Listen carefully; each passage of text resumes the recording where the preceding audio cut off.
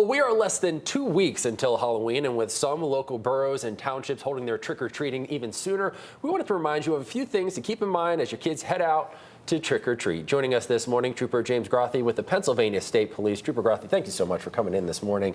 Obviously, Halloween is supposed to be a lot of fun. Kids are going to be out trying to collect as much candy as possible, but you have to be safe. You don't want it to turn tragic. When kids are heading out on the road, maybe along the streets, obviously, what do you tell parents to remind their kids to keep them safe when they're out in search of that candy?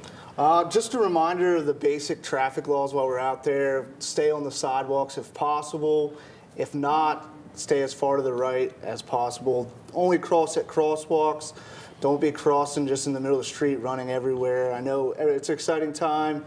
Everybody loves free candy, but we need to be aware that there's still going to be traffic out on the roadways. That's a good reminder because the kids, they just want that candy, and sometimes it's house to house, so make sure you're being safe. Of course, costumes.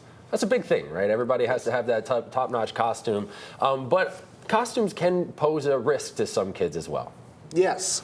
We recommend bright colored costumes. However, we know everybody likes to dress up as witches and in dark colors.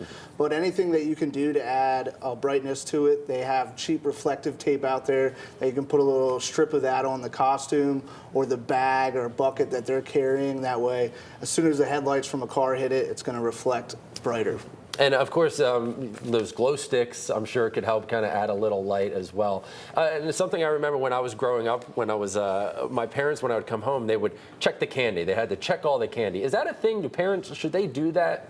I would recommend checking candy. One, you don't want to make sure it's old candy that somebody has had for 4 years and you're just giving out, or anything punctured or open. You want to make sure it's safe before your kid eats it. Yeah, just be aware. And then lastly, the drivers need to be aware as well. You know it's Halloween. You know the kids are going to be out there. Yes. Especially when you're in neighborhoods, slow down, don't be in a rush to get anywhere. Know your times that trick-or-treating is going on within your township or borough. That way you can be extra aware of what's going on. All right, Trooper Grothey, thank you so much for coming in this morning. If you want to read those tips again, we'll have more information on our website, fox43.com.